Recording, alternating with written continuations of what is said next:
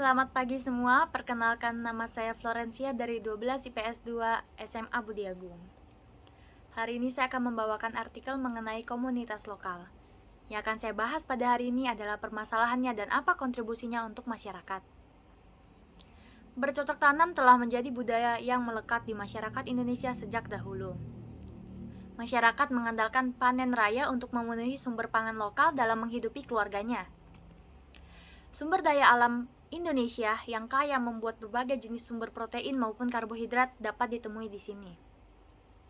Lebih dari 77 jenis karbohidrat, 75 jenis lemak dan minyak dapat ditemui di sini. Selain itu ada 26 jenis kacang-kacangan dan 380 jenis buah juga banyak yang bisa ditanam.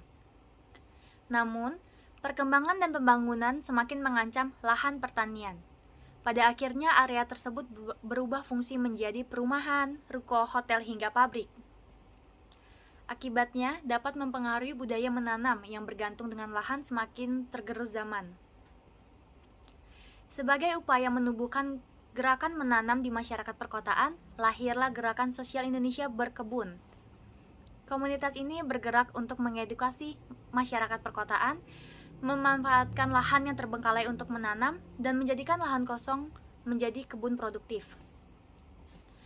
Komunitas ini didirikan pada 2010 atas inisiatif dari berbagai latar belakang profesional, yaitu Sigit Kusumawijaya, Achmad Marendes, dan Syafiq Pontoh. Setahun kemudian, Indonesia Berkebun bersama Komunitas Jakarta Berkebun melangsungkan kegiatan menanam perdana dengan memanfaatkan ruang terbuka hijau. Mereka bekerjasama dengan Spring Hill Group dan The Garden Court. Antusiasme masyarakat kota dari berbagai kalangan turut hadir untuk menyemarakan kegiatan menanam. Indonesia Berkebun memiliki konsep 3E, yaitu ekologi, ekonomi, dan edukasi.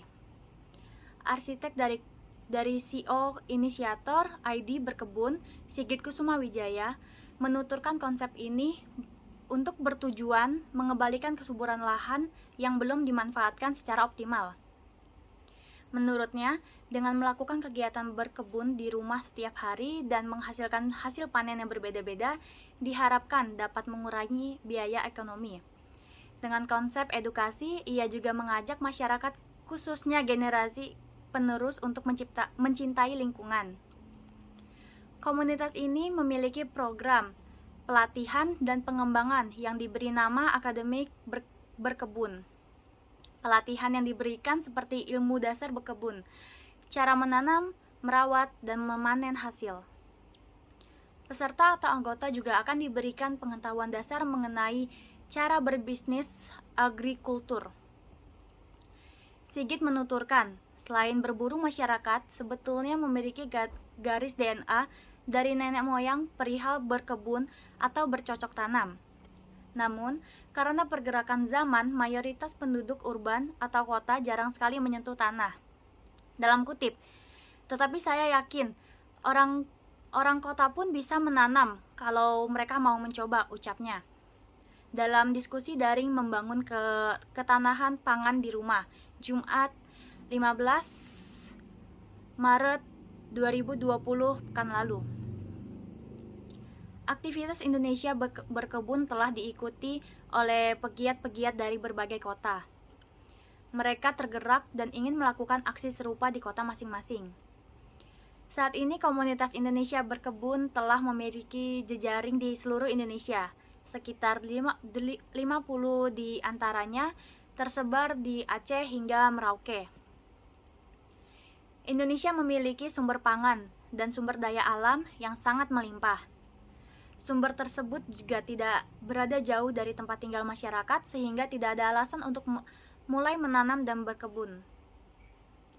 Bagi masyarakat perkotaan atau urban, keterbatasan lahan untuk menanam dapat disiasati dengan memanfaatkan atap rumah atau rooftop.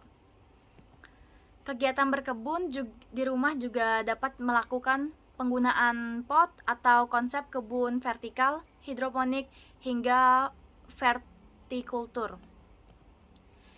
Sigit menyarankan, bila ingin memulai, hendaknya menanam tanaman yang durasi tumbuhnya relatif lebih cepat, seperti kangkung, bayam, pokcoy, selada, dan tomat. dalam kutip. Itu sangat memudahkan kita untuk mencoba mengaplikasikannya dan bisa dipraktekkan di mana saja, kata Sigit. Sekian pembawaan dari saya mengenai artikel komunitas lokal. Terima kasih.